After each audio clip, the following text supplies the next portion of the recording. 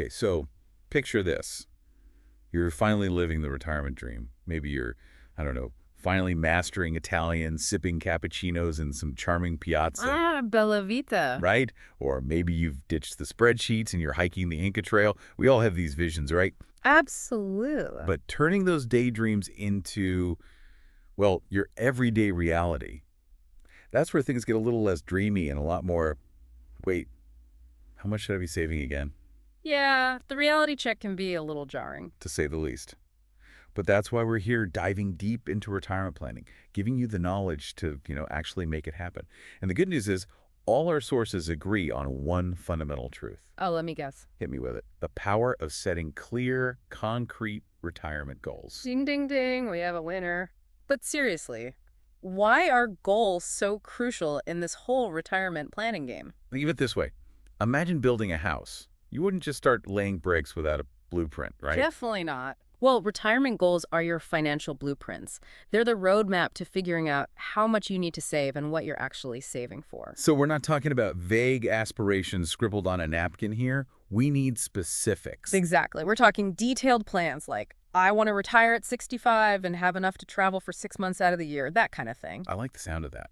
So how do we go from, travel the world to actual numbers and figures? That's where our trusty source material comes in handy. They point us to the wonders of online retirement calculators. They're super helpful tools. Retirement planning eats the magic of the internet. Okay, I'm intrigued. You should be.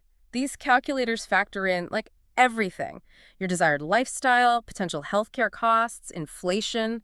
They even estimate how much you should be saving based on all those factors. Way less intimidating than staring at a blank spreadsheet, right? Way less intimidating. And speaking of things that can feel intimidating, let's talk about everyone's favorite financial concept, compound interest. The silent hero of retirement planning. Seriously, it feels like all our source material is chanting start early from the rooftops. Because it's that important. I mean, they gave this crazy compelling example.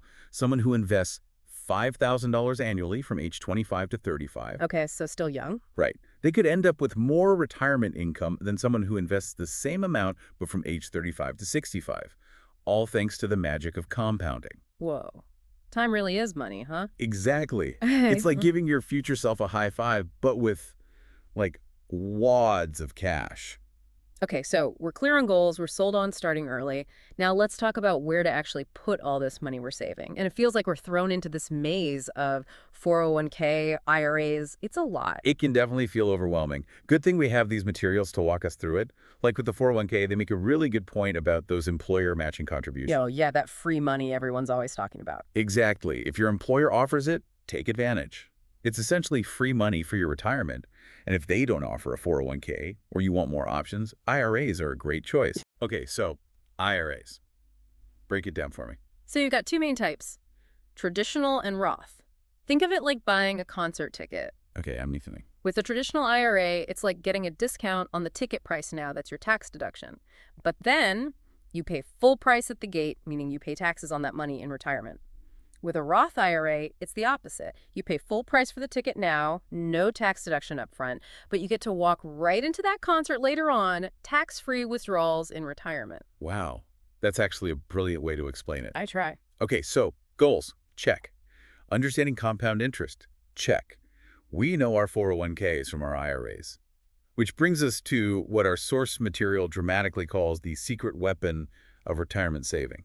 Automation. And it really is, because let's be honest, who wants to manually transfer money every month? Not me. I can barely remember to pay my bills on time. Right. But automating those contributions, even if they're small, takes the emotion out of saving. And behavioral economics tells us that we're less likely to spend money we don't actually see.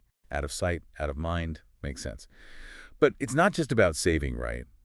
It's about what we do with those savings. And that, my friend, is where we bring in the classic don't put all your eggs in one basket analogy. We're talking diversification. Exactly. Putting all your retirement savings into one stock is risky business. Diversifying across different asset classes, stocks, bonds, even things like real estate is key.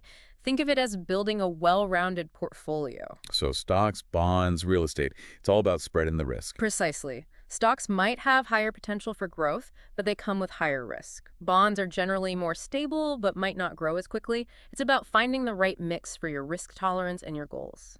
Got it. So diversification is basically the don't put all your eggs in one basket principle of the investing world. Exactly. But here's the thing about retirement planning. It's not a set it and forget it kind of deal. Life happens, right? Tell me about it. You might get a raise, you might have unexpected expenses, or you might suddenly decide to sell everything and open that bakery in Tuscany. Hey, now there's a retirement goal. But you're right, life throws curveballs. Hmm. So how do we make sure our retirement plan is, adaptable? Regular checkups.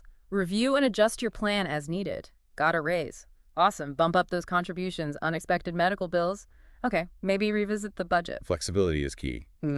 Now, speaking of planning for the unexpected, our sources had some strong opinions on Social Security. They basically said, don't bet the farm on it. Yes. Social Security is meant to be a safety net, not your only source of income in retirement. Think of it as a supplement to your savings, not a replacement for them. Got it. Social Security, good, but not something to rely on entirely. So if we had to distill everything we've learned today into like a super condensed tweet-sized takeaway. Start early, stay consistent, and don't be afraid to adjust along the way. Love it.